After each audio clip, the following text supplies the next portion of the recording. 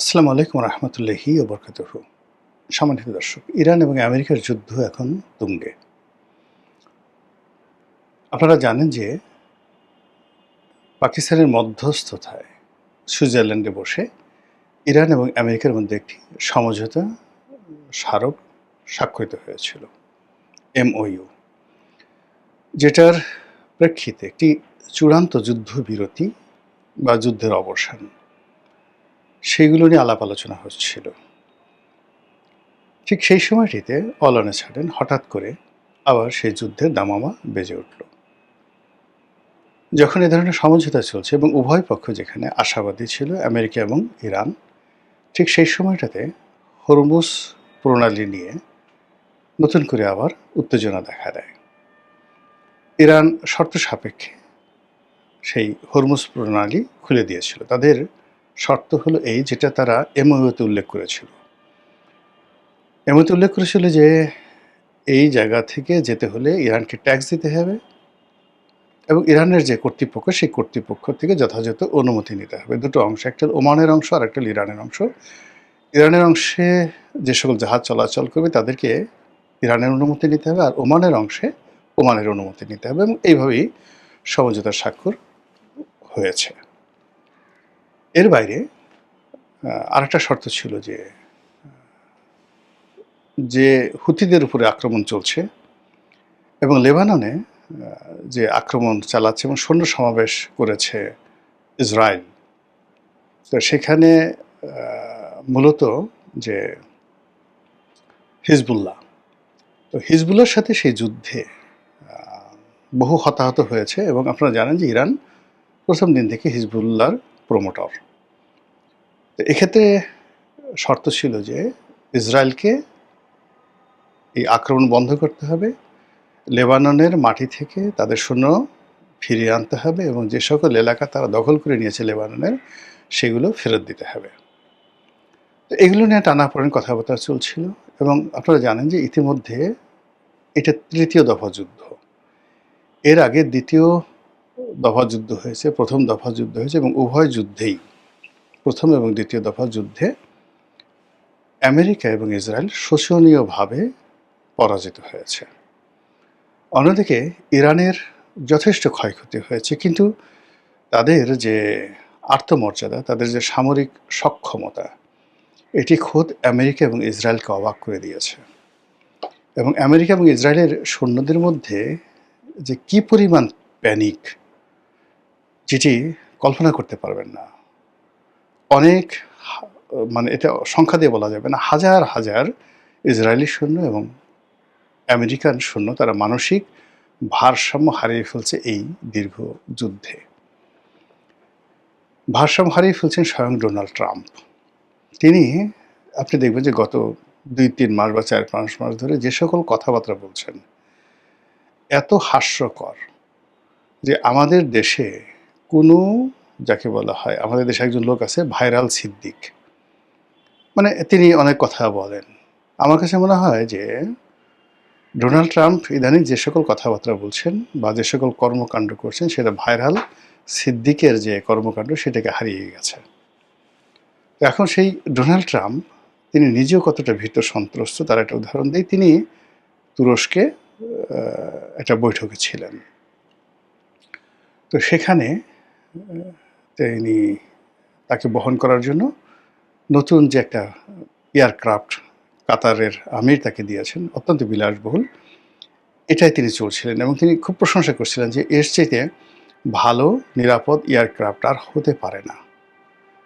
এবং আমেরিকা নিজে চেষ্টা করলো এয়ারফোর্স ওয়ানে সংযুক্ত প্রেসিডেন্টের যে বহরে সংযুক্ত এই কাতারের যে বিমানটি, এরকম বিলাসবহুল নিখুঁত নিরাপদ বিমান আমেরিকা তৈরি করতে পারতো না। তো সেই প্রিয় বিমানটি হঠাৎ করে যখন ইরান আক্রমণ শুরু হলো এবং ইরান যখন পাল্টা আক্রমণ করা শুরু করলো, ঠিক সেই সময়টাতে তিনি যখন ওই তুরস্ক ত্যাগ করবেন, তখন তিনি আর সেই কাতারের বিমানে চড়তে সাহস পেলেন না এবং তিনি সেই তার যে পুরনো বিমান এয়ারফোর্স ওয়ানের যে বোয়িং 747 যে পুরনো বিমান, যেটি ট্রাস্টওয়ার্দি, বিশ্বস্ত এবং মোর ইফেক্টিভ, মিলিটারিলি ইফেক্টিভ, সেই বিমানে চড়ে তিনি সেই তুরস্ক ত্যাগ করলেন। এরপরে যেটি হলো, তিনি ৩ থেকে ৪ বার বলছেন যে, "আমি ইরানের ১ নম্বর টার্গেট। ইরান আমাকে মেরে ফেলবে। ইরান আমাকে যেকোনো সময় মেরে ফেলবে এবং আমাকে যদি মেরে ফেলে তাহলে আমি হুকুম দিয়ে রেখেছি আমাদের যত ক্ষেপণাস্ত্র আছে সেই ক্ষেপণাস্ত্র দিয়ে আমেরিকাকে মানে তার সর্বশক্তি আমেরিকা নিয়োগ করে ইরানকে মাটির সঙ্গে মিশিয়ে দেওয়া হবে।" ইতিমধ্যে তার একজন খুব ঘনিষ্ঠ সহযোগী, তার একটা ন্যাচারাল ডেথ হয়েছে। এটা নিয়ে ইরান খুব মশকরা করেছে যে, এত আগে সে তো আমাদের হিট লিস্টে ছিল, হত্যার তালিকায় ছিল। সে এত আগে মারা গেল, এটা কী ধরনের কথা হলো? এবং এটা নিয়ে আমেরিকাতে একটা ভীতি ছড়িয়ে পড়েছে। অন্যদিকে ইরান গোপনে একটা হিট লিস্ট করেছে, অলমোস্ট ২০ জন একটা টার্গেটেড। তো এর মধ্যে ইমানুয়েল ম্যাক্রো আছে। দেখলাম যে ইটালির যে প্রধানমন্ত্রী তিনিও আছেন, ডোনাল্ড ট্রাম্প তো অবশ্যই আছেন। এই হিট লিস্টটা বের হওয়ার পরে মানে যাকে বলা হয় পুরো ইউরোপে ভয় ছড়িয়ে পড়েছে। এর কারণ হলো ইরান যখন এই কাজগুলো করে তারা সঙ্গে সঙ্গে সেখানে তাদের যে অ্যাসাসিনেশন গ্রুপটা আছে, আত্মঘাতী গ্রুপ আছে, তারা সেদেরকে লেলিয়ে দেয়। আপনার মনে আছে যে আয়াতুল্লাহ আলী রুহুল্লাহ খমেনি, মানে মূল আয়াতুল্লাহ যিনি ছিলেন বিপ্লবের পরে, তিনি সালমান রুশদির সেই মৃত্যুদণ্ড দিয়েছিলেন এবং সেই মৃত্যুদণ্ড নিয়ে সালমান রুশদি এখনো পর্যন্ত তার জীবন হারাম হয়ে গেছে। ইতিমধ্যে কয়েক দফা তার উপর আক্রমণ হয়েছে। একবার তো তার চোখে মানে আক্রমণ করে তার একটা পুরো চোখ নষ্ট করে দিয়েছে এবং এখনো পর্যন্ত ব্রিটিশ গোয়েন্দা সংস্থা তাকে সার্বক্ষণিক মানে তাকে নিরাপত্তা দিতে দিতে মানে ব্রিটিশ দেউলিয়া হওয়ার মতো অবস্থা। সে বলছে একটা লোকে বাঁচানোর জন্য পুরো ব্রিটিশ সাম্রাজ্য দেউলিয়া হওয়ার মতো অবস্থা হয়ে গেছে। ইরানের একটা ফতোয়া, তো সেখানে যে ২০ জন লোকের তালিকা করে ইরান যে ঘোষণা দিয়েছে হিট লিস্ট, এখন এই লোকগুলো হয়তো আর কদিন পরে ডোনাল্ড ট্রাম্পের ক্ষমতা থাকবে না, তিনি বারাক ওবামার মতো, বিল ক্লিন্টনের মতো স্বাভাবিক থাকবেন। আর ইমানুয়েল ম্যাক্রোর একই অবস্থা, অন্যান্য যারা আছেন তাদের একই অবস্থা। এখন ক্ষমতা আছেন, ক্ষমতা চলে যাওয়ার পর। কিন্তু ইরানের যে ফতোয়া, সেই ফতোয়া প্রেসিডেন্ট ডোনাল্ড ট্রাম্পকে নয়, ব্যক্তি ডোনাল্ড ট্রাম্পকে। That is the problem. তো এই ঘটনায় পুরো ইউরোপে এতটা আতঙ্ক ছড়িয়ে পড়েছে বিভিন্ন কারণে। ইরানের সেই জাগ্রস পর্বতমালাতে, দুর্ভেদ্য জাগ্রস পর্বতমালাতে তাদের একটা গ্রুপ ছিল, অ্যাসাসিনেশন গ্রুপ। তাকে সেই গ্রুপের তারা প্রায় ৩৫০ বছর 350 ইয়ার্স তারা পৃথিবী ডমিনেট করেছে। এই গ্রুপ বিভিন্ন রাজদরবারে তারা এই মৃত্যু পরোয়ানা পাঠাতো এবং তাদেরকে ট্যাক্স না দিয়ে ওই সমসাময়িক দুনিয়াতে মানে কেউ বাঁচতে পারেনি, ইভেন গাজী সালাউদ্দিন সাহেবও না। এই গ্রুপটিকে ধ্বংস করেছিলেন হালাকু খান, মঙ্গল নেতা হালাকু খান। এই প্রথম এই পাহাড় আক্রমণ করে এদেরকে ধ্বংস করেছিলেন। আর কেউ এর আগে ৩৫০ বছর ধরে, সেই আব্বাসীয় জমানায় তাদের সৃষ্টি হয়েছিল, একদম হালাকু খান পর্যন্ত সেই ৩৫০ বছর তারা পৃথিবীকে জ্বালিয়েছে। ওই রক্ত ইরানের মধ্যে রয়ে গেছে।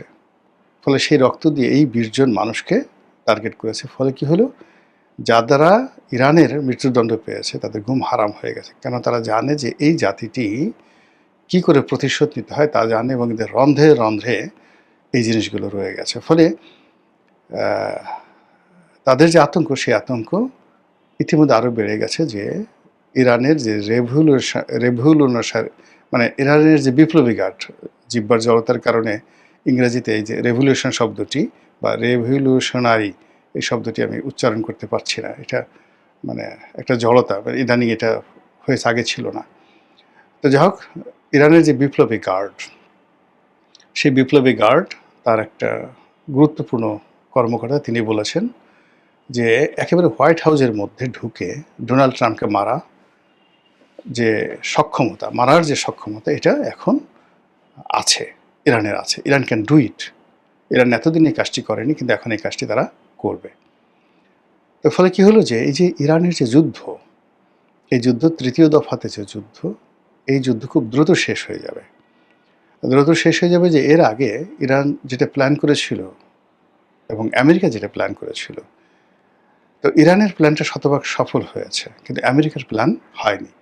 ইরান মধ্যপ্রাচ্যের যে সকল আমেরিকান ঘাঁটি রয়েছে, সব ঘাঁটি প্রায় আংশিকভাবে, অর্ধেক এবং কোনো কোনো ঘাঁটি একেবারে সম্পূর্ণভাবে ধ্বংস করে দিয়েছে আমেরিকান ঘাঁটি, যেগুলো মেরামত করতে বিলিয়ন নয়, মানে শত কোটি নয়, হাজার কোটি ডলার লাগবে, ট্রিলিয়ন ডলার লাগবে নতুন করে চালু করতে। ২ নম্বর হলো চালু আর এগুলো করবে না। ইতিমধ্যে দেখেন ইরাক থেকে আমেরিকান বাহিনী চলে আসছে গত ২৩ বছরে, তাদের যে সমস্ত কিছু গুটিয়ে তারা সেখান থেকে চলে আসছে ইরাক থেকে। ফলে ইরাক এখন 100% ইরানের দখলে, মানে সেখানে আলাদা সরকার আছে, রাষ্ট্রপতি আছে, প্রধানমন্ত্রী আছে, কিন্তু সেখানে কমান্ড চলে, সেখানে কমান্ড চলে ইরানের।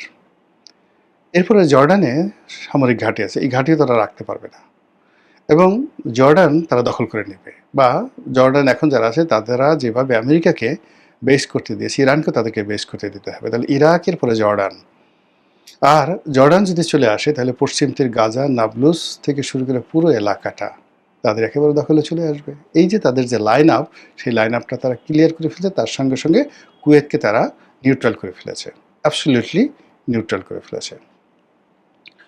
অন্যদিকে আমেরিকা যেটা আর ইসরায়েল যেটা চেয়েছিল যে এয়ার স্ট্রাইক করে এই দেশটিকে শেষ করে দেওয়া, এটা হয়নি, ফেল করেছে।